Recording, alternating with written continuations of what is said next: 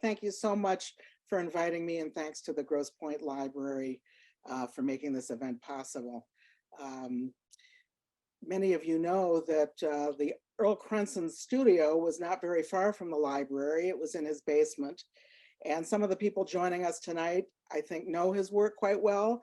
Other people are just intrigued and want to know a bit more about him. So we've got this wonderful book, and I'm not going to just go through chapter and verse through the book, because you have a few copies in the library, and people can also acquire it. I'd like to talk a little bit about how I knew Earl as a little girl, and how I've seen a lifetime of spending looking and enjoying and owning his work, how I see as I grow older some of the symbols, learn more about his techniques, and some of the themes in his work. So I hope that you'll enjoy it and learn something. I knew him, I was born in Detroit and knew him as a little girl when my parents collected his work.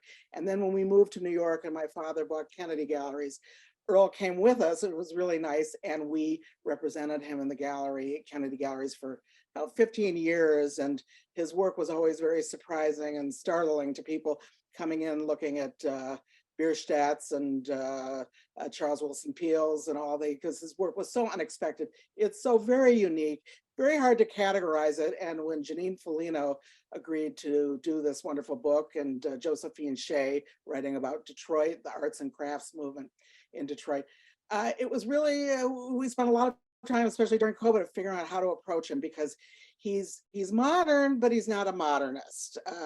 He's fascinated with technology, but he makes everything by hand, made everything by hand.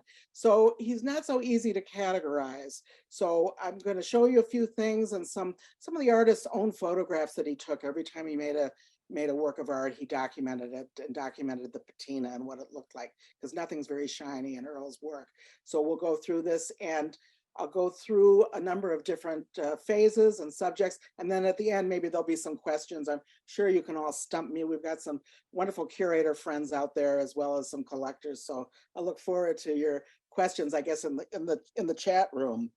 I'm going to now turn, I've learned Keynote.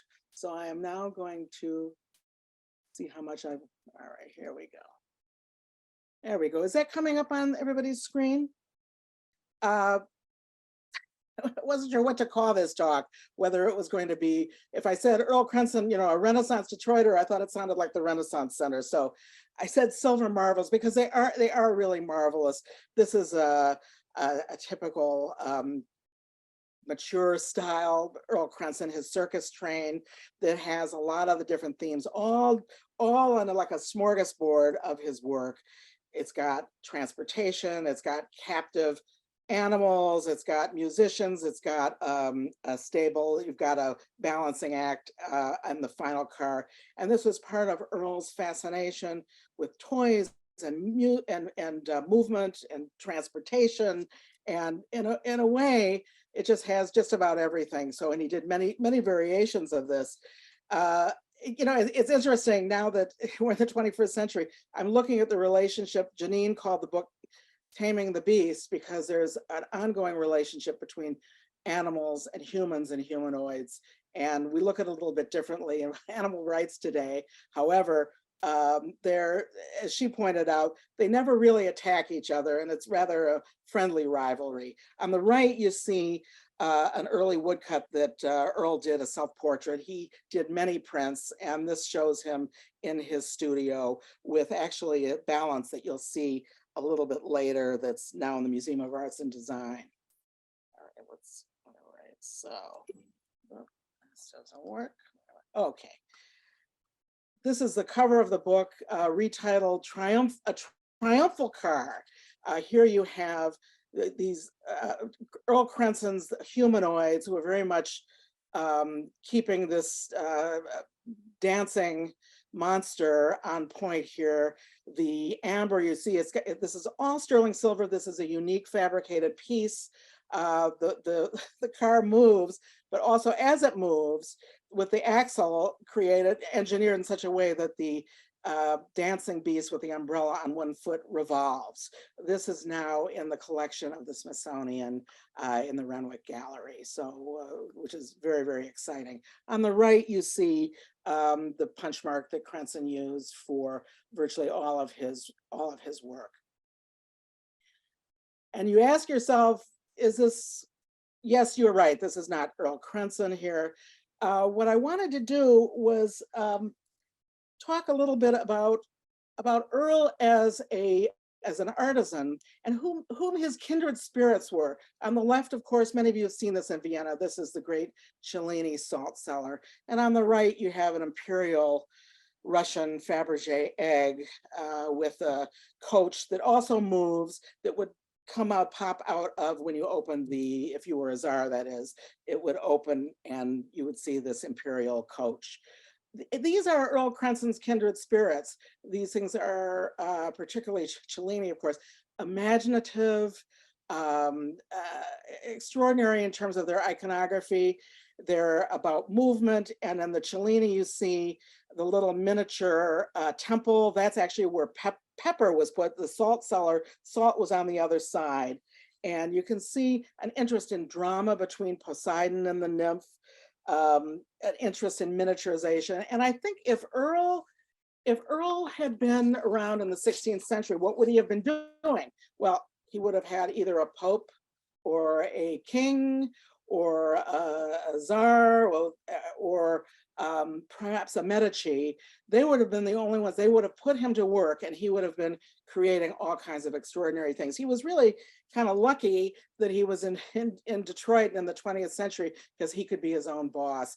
He went to Cranbrook and Wayne State. He was very, very educated, but he really said to us that he was, much of what he learned, he was really self-taught because he experimented so much.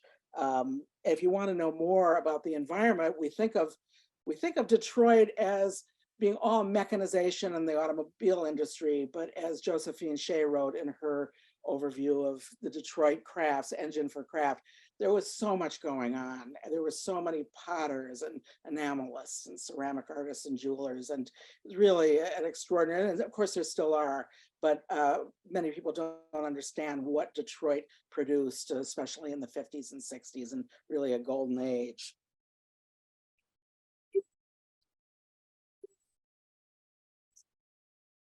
All right, here you have Earl Krentzin on the left. This is a symposium in 1964, and he's posed here with four extremely distinguished colleagues. Many of you will recognize some of their names: Ron Pearson, the silversmith, Phil Fike, the Philadelphian, Olaf Scoofers, and Stanley Letson. I thought they looked like they're working for the Manhattan Project, but they are really creating art and using technology to learn more, create more in terms of how they patentate some of their jewelry and their sculpture. On the right, you see a picture of, this is a real early 60s picture. This is Earl Krentzin in his backyard, adapting one of his small balancing acts and making it into really a giant sculpture. It was very rare for him. He did it a few times. He was commissioned by a shopping center. It wasn't Northland, but it was another one in the Detroit area, the suburban Detroit area, and it was up for some years. Although the kids liked to play with it so much, as Lorraine Krentzin, Earl's widow, said that they would pull it apart because all of these things were tempting and they were made to play with, but gently.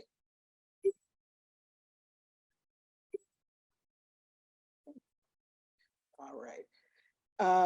This is a very early Krentzin that was it's in my family's collection, belongs to my niece. This is a family group where you can see he was still using, they're more realistic than the works that he developed later. Earl came, when he used to come to our house, he was somebody who the director of the Detroit Institute of Arts, Ted Richardson, identified many, many talented carvers. There was a carver from the Detroit Zoo who did animals. He identified some of these brilliant, very individual and eccentric artists and made sure that some of the important families and private collectors were aware of them so that these artists could really support themselves. So Earl Krentzin came over to our house when I was a little girl. And I remember he brought these little treasure boxes. I mean, he was such a self-effacing and shy and childlike man. And you know, what kid wouldn't like that, seeing all these fantastic toys and precious metals? He came over, this is from the late 50s. The painting on the right is a portrait by the Philadelphia portrait painter who was better known decades ago than he is now, but a very important artist, Franklin Watkins, Philadelphia.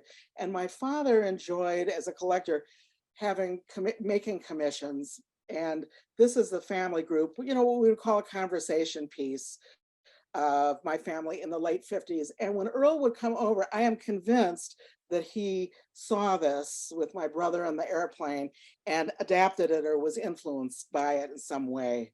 Earl was looking at everything and then, you know, translating it in through his own imagination. This is, of course, you'll recognize this is Alexander Calder later in life looking, you can tell by that floor, that's the old Whitney where the Frick is right now, looking at his circus, these wonderful, wonderful figures that he played with. There are many movies made of this. And Calder, in some ways, I think enabled and inspired other artists in subsequent generations to be playful and to be imaginative and childlike in the very best of ways. So you see, I don't think it's on display downtown in the Whitney, but I'm sure it will come back. Extraordinary, extraordinary piece. And here you see an influence that it would have on Earl Krentzin. On the left, there's a series of balancing acts that he did from the early 60s. On the right, you see the extraordinary flying Walendas. Happily, in this picture, they had a safety net. The flying Walendas, people in Detroit will remember, had a terrible, terrible tragedy and downfall. In the early 60s, we lived on the other side of Woodward Avenue and actually heard the sirens when they refused to use a safety net. And you know, many of them crashed to their doom. It's really quite sad. But I noticed that Earl's work with these balancing acts begin just about this time that the Michigan State Fair hosted the Flying Walendas. Here are other experiments with another type of balancing act with the bicycle going across. On the right, it's not, there's no movement, but these are these wonderful cast figures in gold and silver jugglers. This is about to be acquired by a museum in the South. We're very excited about that. And it's just called jugglers, and everyone is a little different with different strange feet. And it's kind of a very, very amusing, balanced, symmetrical piece. Here you can see not only is balance important to Earl, but he had an engineering genius. He somehow would manage this blimp that's taking off with a honeymoon couple who are throwing flowers off the blimp. Only one wheel is actually on the base. The tensile strength of these sterling cords is really quite remarkable. And that's also, I think, from the late 50s, where he was using beamwood. So this is when Earl was working in London. He had many fellowships. He won many, many awards, but he really liked working for himself the best. And on the right, you see, here's another one where the wire is just keeps the bird aloft. They're trying to capture it. We in New York have a Eurasian eagle owl on the lam named Flacco. So I'm looking at this and I'm thinking that the Central Park Conservancy hasn't had a whole lot of luck capturing him. So here there's a temptation with, there's some food and so forth. And again, there's no destruction here, but I think Earl was very challenged by balancing and managing to keep some of these things aloft. Here is probably Earl Krentzin's, I think, most elegant balancing act. This is called Pies and Whistles, named by when Lorraine and Earl's son as a little boy, I think he was describing, he thought the figures were holding pies and he described it, and Earl named it that. This is in 4 parts, and just a puff of wind has it moving around. And I'm delighted to say that thanks to the generosity of the Krentzins, of Lorraine and son Alex, and the foresight of the curators at the Yale University Art Gallery, they have acquired this, and it's now in the permanent collection at Yale. And unlike anything else they have, and they've got great things at Yale. But that's John Stewart Gordon and Pat Kane spotted this immediately and knew that it was a truly great example, even though it's really defies categorization.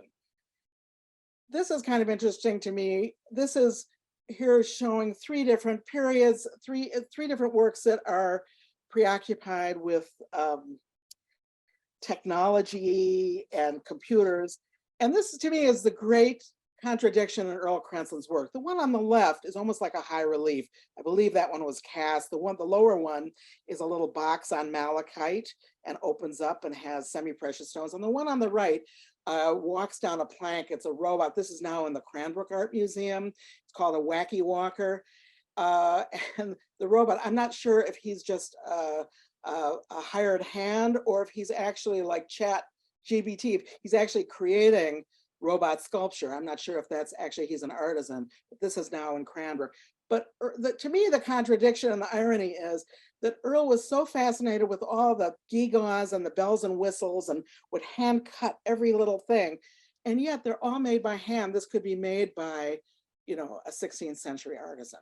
He was not using cast papers. He was not using anything that was not really invented in terms of tools centuries earlier. And yet he was Earl was very much a 20th century man and was fascinated by this. And of course, fascinated by playing with toys.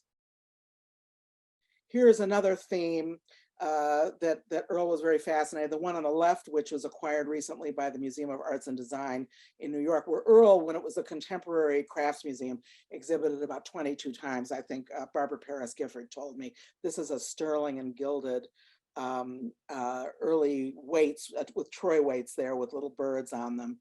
You can see the figure of Justice on the right. Justice gets a little bit more aggressive, and you don't want to mess with Justice here because the sword of retribution is there. And this is Justice going for a ride.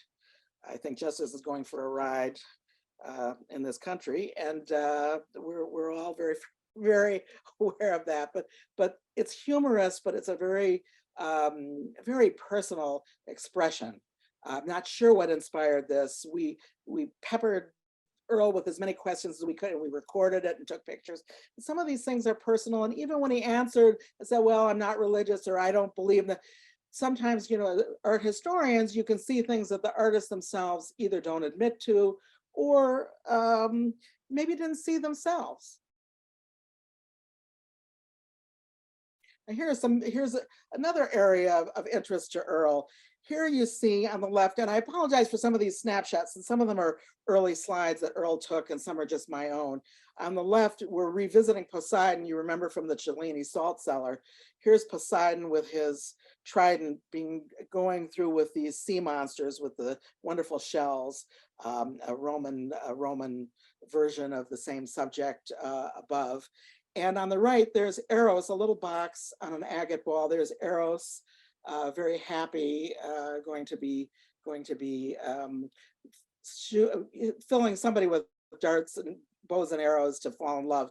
In the center, if you look up, of course, many of us go through Piccadilly Circus and don't look up, but there's the very famous, it's called Eros. It's really Eros's brother, I've discovered. It's who is not the erotic deity, is more is more disciplined, but you can see this is the work of Arthur Gilbert. This is a late Victorian piece.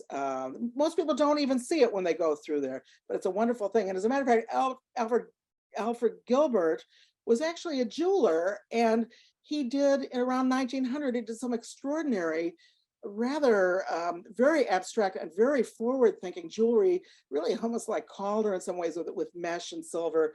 And I think he just did it for his friends and his own amusement. It's a completely different than this kind of wonderful, more traditional figurative sculpture. But these are connections that Earl would look. He was in London with Lorraine for quite some time and spent an enormous amount of time in the V&A.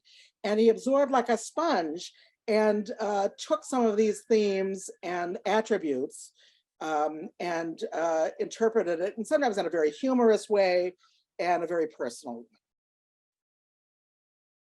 Here you see Earl's extraordinary talent, in, again, an interest in technology and science on the right. This is a real tour de force of miniaturization with a planetary orrery. This is the astronomer. I'm sure that you could tell what date this is because he has an adding machine. I'm not sure where that would get him today, but it's a sort of a wonderful still life there within this. The upper left is a rather sad story. That's Earl's original slide from the 1960s. This was a commission of an extraordinary, a three-level fountain with dancing monsters going around it, and a rather bored and indifferent human who's in charge for turning the spigot there to have the water go on. Unfortunately, this one was lost, but at least we have the slide that Earl took to document it and show what sort of an engineering feats that Earl could do. Besides being a great silversmith and a designer, he made everything himself. Even the little rivets here have faces on them. It was really quite wonderful. This is something very interesting. This is the only collaboration. There are actually two. This is a collaboration between Earl Krentzin and his very dear friend, the friends of the Krentzins, Aaron Borod, the Chicago still life painter, who was a trompe l'oeil painter. And they collaborated on several pieces where Earl would take the miniature painting and somehow adapt it and interpret it into a sculpture. I find this is really quite strange. It's going into a museum now.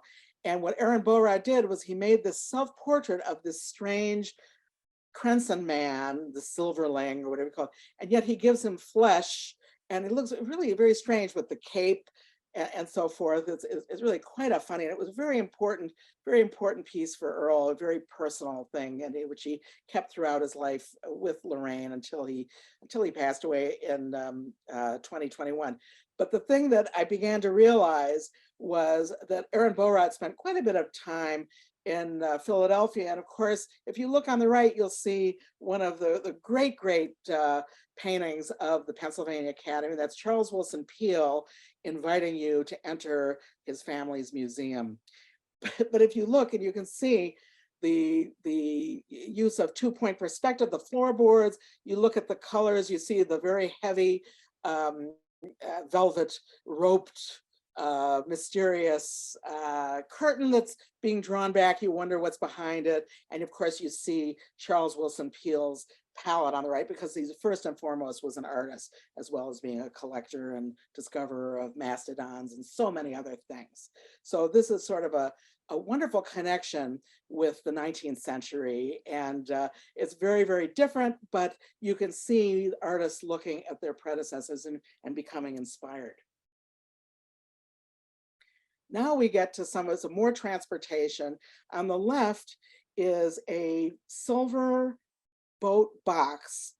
If you look, you can see the little handles, but it does indeed, everything opens and moves with Earl. I mean, there are chains, and in the hold there would have been, I don't know whether it would have been a salt cellar. I mean, Earl did these things just because he could, and because he was so fascinated with his predecessors and some of the great imaginative designs. On the right, this is a fabulous French enamel and gold reliquary. These are the versions of Saint Ursula, and of course, even a 16th century master jeweler couldn't put 11,000 versions on the deck of this boat. I think there are some. I think that was a typographical error in the golden legends.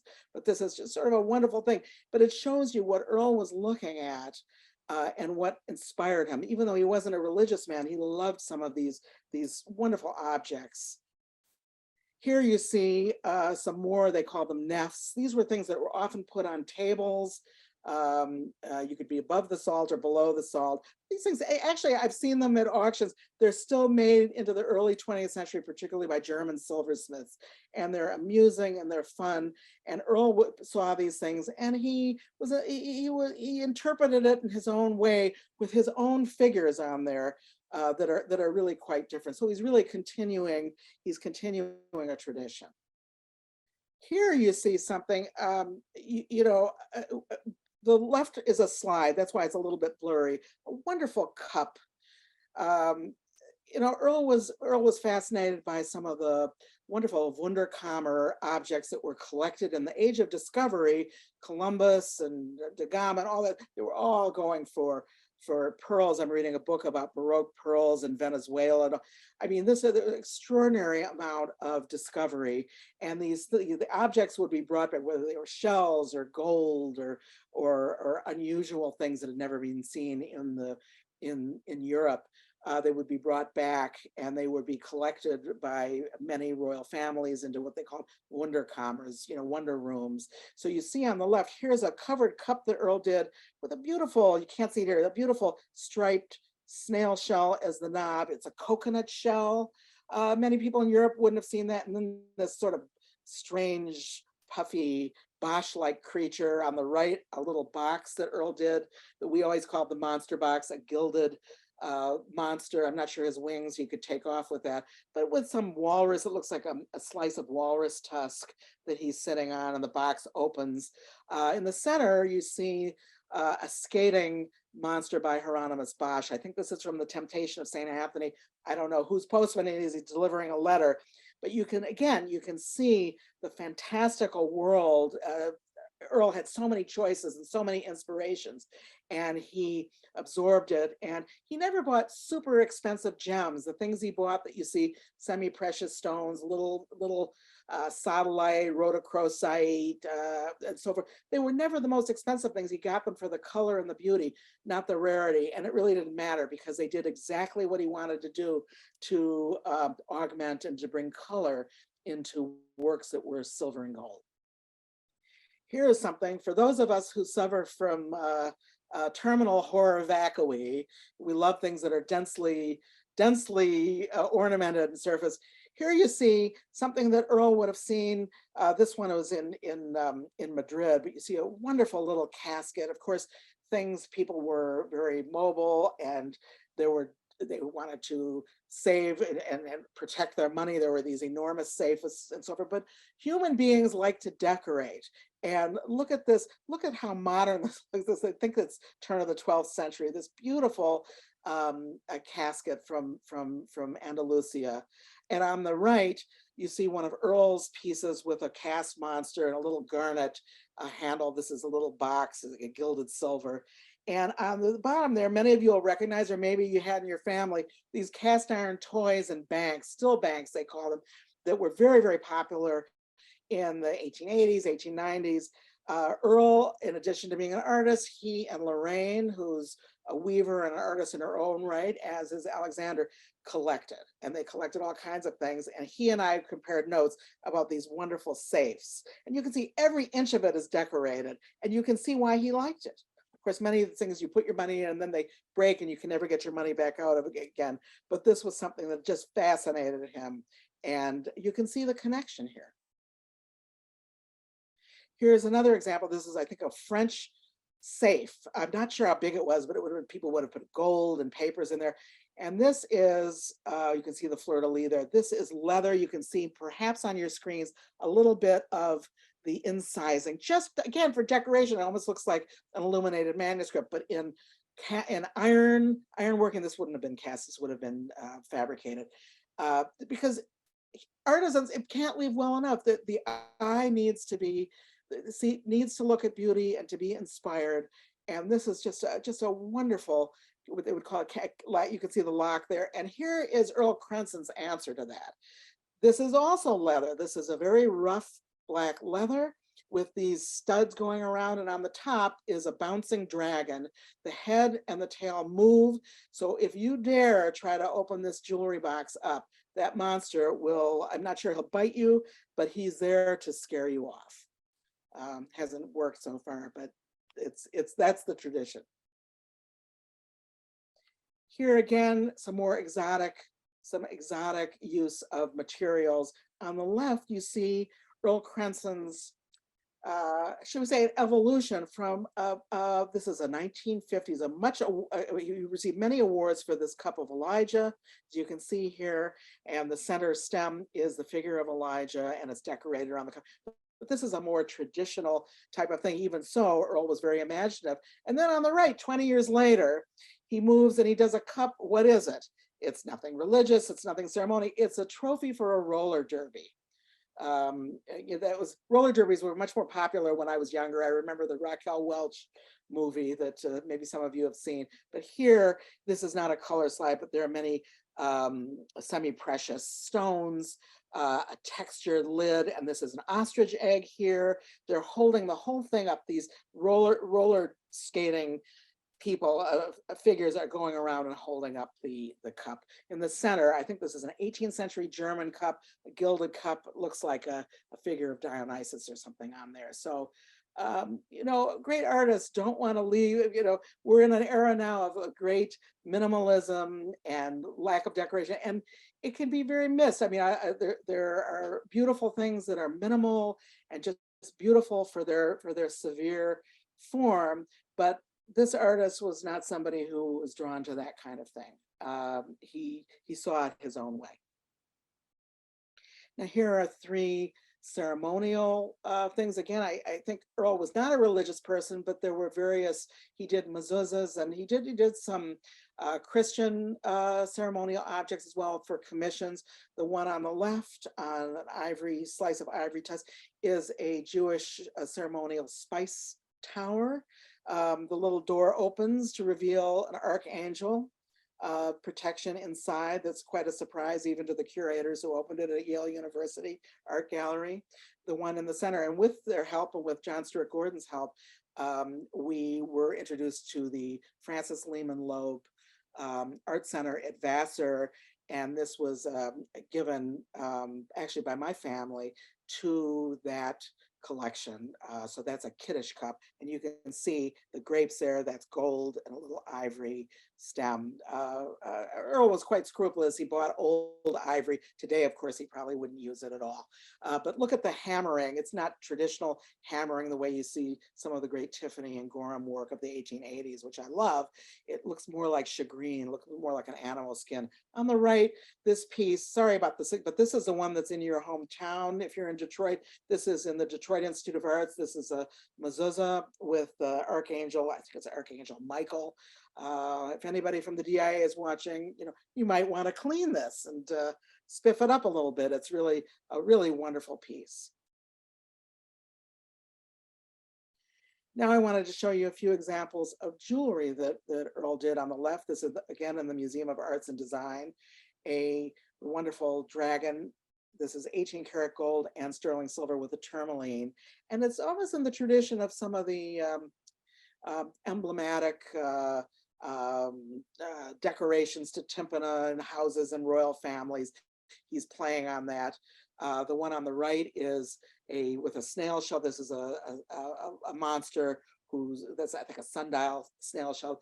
Earl made that on a little wooden display case so that they show beautiful, like miniature sculptures. The one in the center here is not only roller skating, but I think she's eating ice cream at the same time with the pearl earrings. This is something that's just entered the collection of the Fuller Craft Museum in Brockton, Massachusetts. And these are all meant to be worn and looked at as miniature sculptures. Here are a few more examples. This is very early, on the left, very early, I think from the 1950s, Lorraine told me, and these are cut and very thin pieces of silver where there's a pearl impaled in the one that's the owl, or a little opal there. And then you can see how he becomes more three-dimensional with this cast monster playing a French horn, kind of a wonderful figure with, and his monsters are often dressed fully. They're very modest. They're in t-shirts and wearing belts, and but look at how wonderful with the tail moving around and how relaxed this monster is, just waiting to play for you. These are examples of Earl Krentzin revisiting, as a toy collector, revisiting toys that existed. He didn't invent these forms. The twirling one, a really great piece with, covered with semi-precious stones. These are things that he would look at and reinterpret. Many of you as kids played with these paddles. As kids, this is a pecking bird. So this bird would be picking up all these eggs. You can see there's tiger eye, there's jadeite, there's wonderful thing, and there's a counterweight so that the bird would move with the paddle. The one on the right, it's a detail. It doesn't show the top, but it has a figure that comes vibrating down the pole. Two of these are now in museums, and we're so glad that they are. We were always worried. So many of these things have been played with and broken, and it's always been a concern of many curators and collectors that they'll just get melted down for their fine metal value and not be understood for the great works of art that they are. Here you see something very, very special.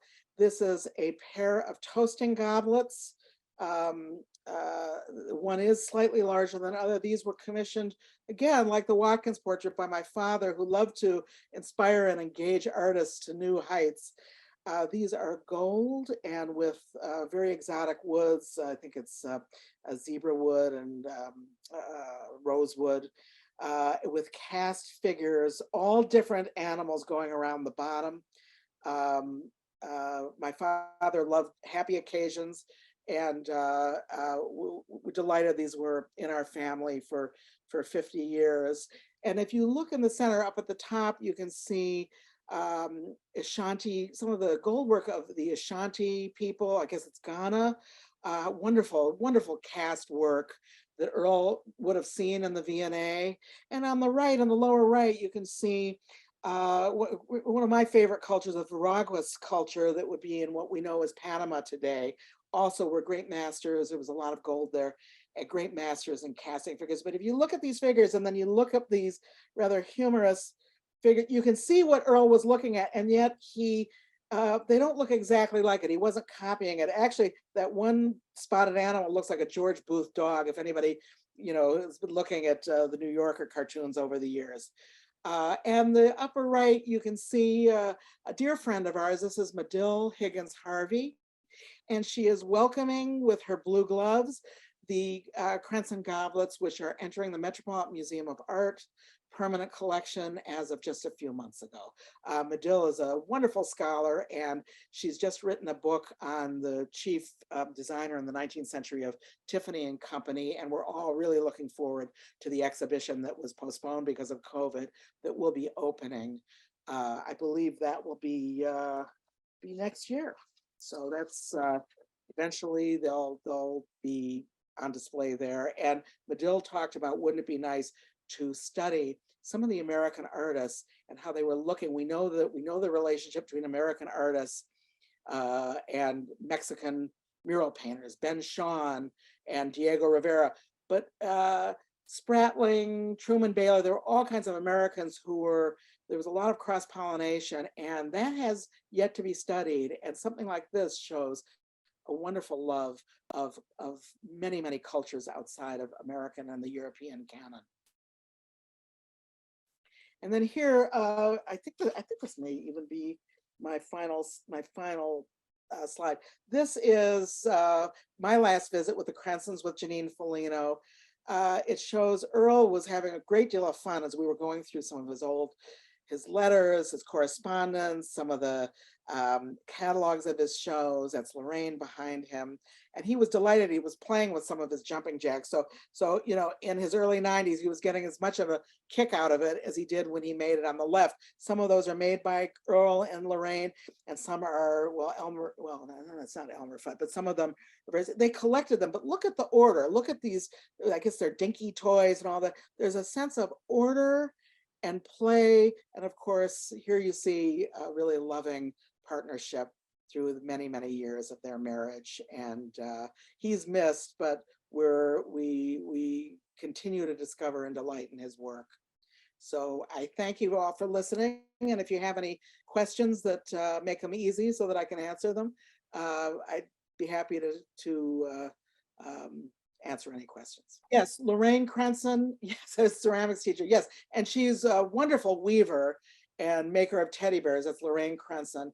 Yes, she was a teacher for many, many years. And I think I still have a pajama bag that she made with eyes. Some of her things almost look like Earl's work. They influence each other. I think she is about 92. And I'm sure she's going to see the recording of this if Alex shares that with her on his iPad. Okay, so from Devira Tarragon, a very fine curator who's done work at Cranbrook and now is advising curator at the Low Art Museum at the University of Miami. Did he do sketches and drawings to work out his ideas prior to? You know, that's a very important question, but I don't believe so. I mean, he was a graphic artist. He did wonderful designs and murals. We had him, he did some prints. He and Lorraine did silk screens in their own basement. And when we were working with Mourlot, who also did Picasso and Miro's prints, Earl did some wonderful Mylar. He did like graphics on Mylar, but I don't think he did. I don't think that he did. And I don't think Bill Harper, our book I'm doing next, I think that one object leads to another. So it's often in a series. And that's where he works out an idea. But he was a good draftsman, though. That answers that question from Devira. Did he do his own lapidary? I don't believe so. I think he had, I could be wrong about this. I think he had some kind of rock tumbler in his basement. But I know that he had places he went to in New York when he used to come to the gallery, and he would deliver all of his sculpture and unwrap it so carefully. I don't think he trusted things to the post office. He would come in and then he would disappear to Shackman's, which had all the tin robots down on Lower Fifth Avenue, the sign's still there. And I think he had, I know in London and I think in New York, he had some gem dealers and would get them in bead form. I know in London he did that. So, but maybe Alexander, if he's on, can correct me if he had some kind of rock tumbler that would be small scale because his studio was relatively small. Okay. Which museum has the largest collection of his works? Ooh, that's a good one. Well, that's changing. But Joseph Hirschhorn, in Detroit, the wonderful thing was that Ted Richardson, the director of the DIA in the late 50s, introduced Earl to many of the people, Mrs. Edsel Ford. There were commissions, there were many things. The Tannehills had it. And then Joseph Hirschhorn bought some things from my father, and I guess was a endless negotiator that it was stressful for my father because he said, this is how this artist lives. And so he relented and bought a group of them, but we're not quite sure whether the Hirschhorn still has them or they've been lost or broken. However, MAD has 3 pieces, relatively 2 very early pieces, and Yale University Art Gallery has 2 very important pieces. You saw 2 of them. You saw the Spice Tower and Pies and Whistles, and they also, I think recently are in the process of acquiring a wonderful brooch of a figure in an airplane waving. So that's 3, but the Metal Museum has acquired about 5 pieces, and they want to have a permanent display of Earl's work, although not as many people get to, where is that? Is that Memphis, I think, focuses on metal work. So, but it's growing. It's growing, and many museums are recognizing how Earl, he doesn't fit into a category, but he's somebody who stands in his own, he defies category. And it's something as they're collecting. The Met, for instance, just has been acquiring extraordinary collections of ceramics, so things like George Orr. Some of them were traditional and some of them are extremely eccentric. And there's going to be the time where they're looking also for the analog to that in metalwork, because they don't have as much. There were so many great metalsmiths and designers who worked for Gorham, and people like John Pripp, Pearson. There's so many, and they have yet to be, we've got to connect the dots and show their friendships and how they influenced each other. And I think Krentzin is one of them. And you can see from that early photograph that he was very attuned to what was going on in the world of metalwork. Okay, what else you got? Okay, yes, I have a cousin who's asked a question from Alaska who has a tie tack that he had for a bar mitzvah. I think that was from the early 1960s, and he still has it. Now he's got a book to go with it. Okay. His work, oh, there's from Ned, it is such and such. Did that come through in his conversation, or his shyness constrain it? That's interesting, Ned. I think he was very droll. He wasn't a yuck a minute, he wasn't knee slapping funny, but he had a twinkle in his eye and a humorous take on so many things, and I think was relatively shy. But the thing I learned when I went there was he was very, very confident and very secure about his contribution to metalwork, and never thought twice. It's interesting. John Paul Miller, the great goldsmith that I'm going to be working on soon, had some regrets, not so much about his art, but saying, I never really had a gallery. Earl didn't seem to have those regrets. He did things on his own terms. And when I saw him playing with the jumping jacks, I know this is really still a child at heart. Let's see. Did I miss anything else? Favorite artist? Oh, that's Vicky. Oh, very good. Yes, I know, a real Krentzin fan out there. That's great. Very good. Well, I hope I answered your questions and make you curious to want to see more and to follow as more things are studied, more art historians come along and write and maybe see things differently than I do, but keep the perspective on this type of work. Thanks so much.